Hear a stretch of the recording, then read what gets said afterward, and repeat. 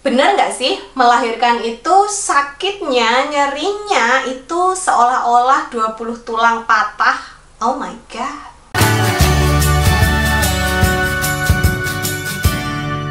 Selamat datang di Kriwil Life, ngobrolin kesehatan bareng aku, Bidan Kriwil. Hari ini kita akan bahas soal rasa sakit saat melahirkan. Mungkin sebagian besar dari ibu-ibu pernah baca gitu ya di Facebook, di Instagram gitu. Konon katanya seseorang yang melahirkan itu rasa sakitnya itu 57 del. Padahal manusia hanya mampu gitu ya menahan rasa sakit hingga 45 del. Dan katanya persalinan itu sakitnya itu sampai kayak 20 tulangnya patah. Itu klaim yang benar atau enggak sih? Nah sebenarnya ya dalam dunia kesehatan itu tidak ada skala del gitu. Kita pakainya untuk skala nyeri itu dolorimeter, dan itu cuman skala yang 1 sampai 10 subjektif aja. Ini aku kasih lihat contoh skala nyeri yang biasa kita gunakan. Jadi biasanya maksimal itu 10 yang udah sangat sakit sekali gitu. Dan to be honest, untuk membandingkan antara nyeri persalinan dengan nyeri patah tulang itu tentunya tidak bisa ya. Kita tidak bisa membandingkan dua tipe rasa sakit yang berbeda, yang mungkin nggak apple to apple gitu. Karena selain rasa sakit itu juga bersifat subjektif, tergantung sama orangnya, gimana dia mengelola rasa sakit, gimana dulu riwayatnya dia terhadap rasa sakit. Juga karena ya beda gitu loh Bu, melahirkan dengan patah tulang itu jelas berbeda. Jadi sebenarnya tidak bisa dibandingkan, benar-benar dibandingkan, disandingkan kalau menurut aku ya gitu. Nah sebenarnya kalau menurutku rasa sakit saat persalinan itu sebenarnya lebih ke main game gitu. Gimana kita bisa mengolah pikiran kita dan mental kita dibandingkan dengan rasa sakit fisik. Karena kembali lagi sebenarnya rasa sakit itu sangat subjektif gitu. Makanya kalau ibu-ibu tahu di rumah sakit atau misalnya di puskesmas gitu, biasanya skala nyeri itu bentuknya itu orang dengan berbagai macam ekspresi. Atau kita ditanya dari skala 1 sampai 10 ini nyerinya skala berapa? Nah berarti itu kan bersifat subjektif ya. Dan yang namanya subjektif itu tentu akan terpengaruh dengan pikiran kita, dengan mental kita ya kan, dengan kondisi suasana hati saat itu. Nah jadi ini itu sebenarnya kayak permainan mental game, main game gitu ya, dibandingkan dengan fisik gitu. Jadi kayak ada sebuah lingkaran setan dimana kalau misalnya kita takut ya, itu kita jadi tegang, jadi sepaneng, dan akhirnya jadi nyeri. Ketika kita takut dan kita tegang, sepaneng, otot-otot di dalam tubuh kita ini juga jadi tegang gitu, kaku gitu ya. Kalau misalnya kita lagi jalan-jalan tiba-tiba kita ngelihat kuntilanak atau pocong gitu, kita akhirnya kaget, takut ya, tegang gitu, akhirnya seolah-olah kita nggak bisa lari, kita nggak bisa berjalan karena kita kayak nge-freeze gitu. Nah itu juga sama sebenarnya ketika kita di persalinan, kita merasa takut, maka kita akan tegang, dan semakin kita tegang, otot-otot tubuhnya nggak bisa rileks Bu. Akhirnya apa? Jadi semakin nyeri persalinannya. Karena seperti kita tahu, tubuh aja merilis yang namanya hormon relaksin. Supaya apa? Supaya otot-otot tubuh kita ini rileks, sehingga akhirnya janinnya bisa lewat di jalan lahir. Ibu-ibu bayangin aja, janin gedenya segitu. Bayangin jalan lahir kita segini, kok bisa lewat ya? Nah berarti kan harus ada jalan lahir yang elastis, yang rileks gitu ya, sehingga bayinya bisa lewat situ. Nah ketika kita takut, kita akhirnya tegang. Nah ketika tegang ini akhirnya persalinannya pun jadi lebih lama, lebih nyeri gitu ya, karena jalan lahirnya kaku, tegang gitu.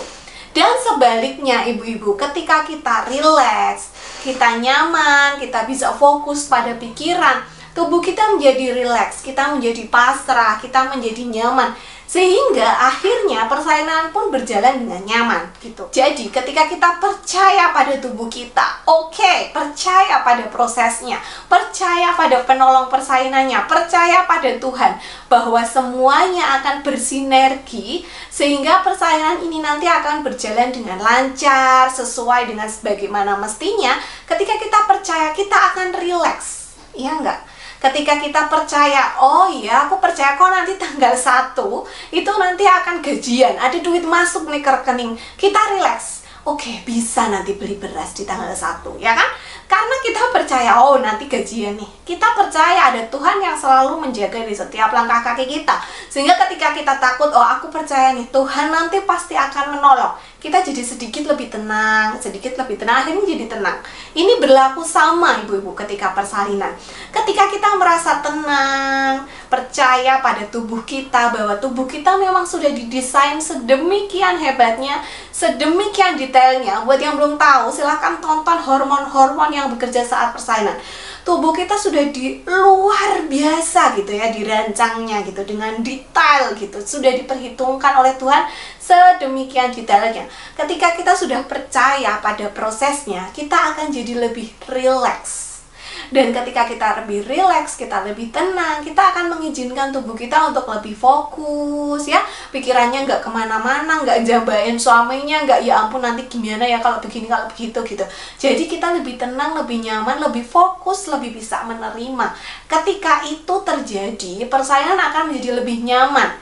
Karena kita bisa lebih mengatur nafas, kita bisa saving energi, sehingga nanti ketika proses persalinan kita bisa memaksimalkan energi kita untuk melahirkan bayinya ke dunia, bukan untuk teriak-teriak ya gitu. Jadi supaya persalinan ini bisa berjalan dengan nyaman, minim rasa sakit, gitu ya, minim trauma, tentu kita harus trust dulu sama body tubuh kita gitu ya, supaya kita nantinya bisa relax, bisa mengizinkan tubuh kita bekerja sebagaimana mestinya.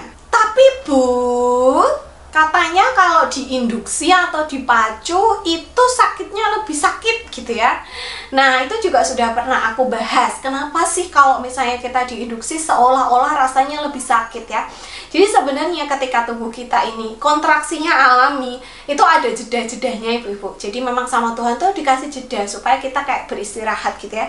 Tapi kalau diinduksi biasanya memang kontraksinya itu jadi terasa lebih intens, lebih sering frekuensinya, durasinya lebih lama. Dan biasanya kadang-kadang kita ketika diinduksi, suka nggak suka, itu tetap ada fear atau rasa takut.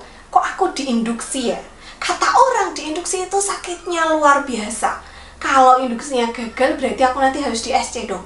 Nah itu secara nggak sadar kita merasa takut. Yo manusiawi ya ibu-ibu, takut ya. Nah karena kita takut akhirnya kita jadi tegang. Balik lagi ke siklus yang tadi. Ketika kita takut, kita tegang. Ketika kita tegang, kita jadi makin terasa sakit. Dan itu siklusnya seperti itu gitu. Jadi memang salah satu hal yang mesti kita pelajari ya ketika kita sudah mulai hamil adalah belajar percaya pada diri kita. Belajar percaya pada Tuhan, percaya pada semua prosesnya. Belajar ikhlas. Ikhlas di sini maksudnya kadang-kadang kita merencanakan, wah aku ingin nih persalinanku berjalan dengan normal. Aku ingin persalinanku lancar didampingin suami aku gitu ya. Tetapi ternyata kenyataannya tidak seperti itu. Mungkin terjadi emergency, jadi kita harus SC emergency. Mungkin terjadi sesuatu sehingga kita harus induksi. Mungkin tiba-tiba suaminya tugas keluar kota sehingga kita tidak didampingin suami. Nah kadang-kadang nih ini membuat kita kecewa gitu ya. Ketika kita tidak bisa belajar ikhlas untuk menerima hal-hal itu, akhirnya ini udah bikin down duluan, takut. Dan tadi kembali lagi, kita jadi takut, kita jadi tegang, dan jadi nyeri. Jadi yang pertama memang selain belajar untuk percaya, kita juga belajar untuk ikhlas.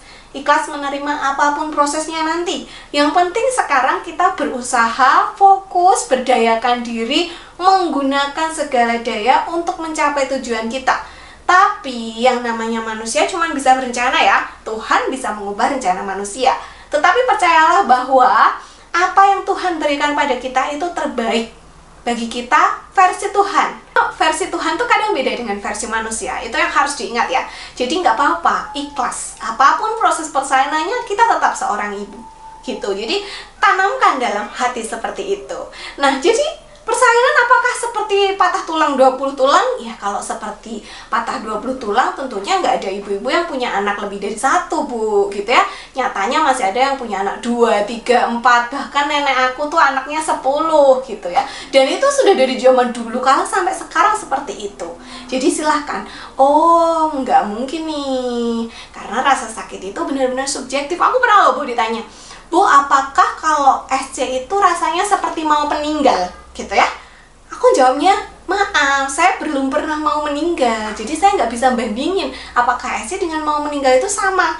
Tapi menurut aku, rasa sakit ketika SC itu masih wajar kok. Nyatanya sekarang juga aku bisa di sini, duduk di sini, ngobrol sama ibu-ibu semua dalam kondisi yang baik-baik saja gitu. Jadi memang selalu tanamkan dalam hati, rasa sakit itu subjektif gitu. Ada yang ketika ditanya, aduh rasanya nih kayak mau pingsan gitu ya. Tapi ada juga yang, enggak kok enggak kayak gitu. Karena apa? Karena subjektif. Jadi alih-alih fokus pada apakah rasa sakitnya seperti patah tulang 20 tulang ataukah rasa sakitnya melebihi yang bisa dihandle oleh manusia, kusarankan sebaiknya ibu-ibu mulai berdiamkan diri, belajar nafas, belajar meditasi, olahraga prenatal yoga, senam hamil, ajak suaminya, libatkan, belajar tentang proses persalinan seperti apa. Supaya apa? Supaya kita punya harapan-harapan, rencana-rencana, amunisi untuk menghadapi persalinan. Jadi tidak blong kosong, nggak ngerti mau apa. Silahkan coba bikin perencanaan persalinannya ya, berplannya seperti apa, dibikin dari sekarang sehingga sudah ada harapan gitu ya. Tetap positive thinking. Terima kasih sudah menonton video ini, semoga bisa mengurangi sedikit kegalauan. Sampai jumpa di video selanjutnya. Silahkan klik tombol subscribe dan follow aku di Instagram @bidankriwil. Sampai jumpa.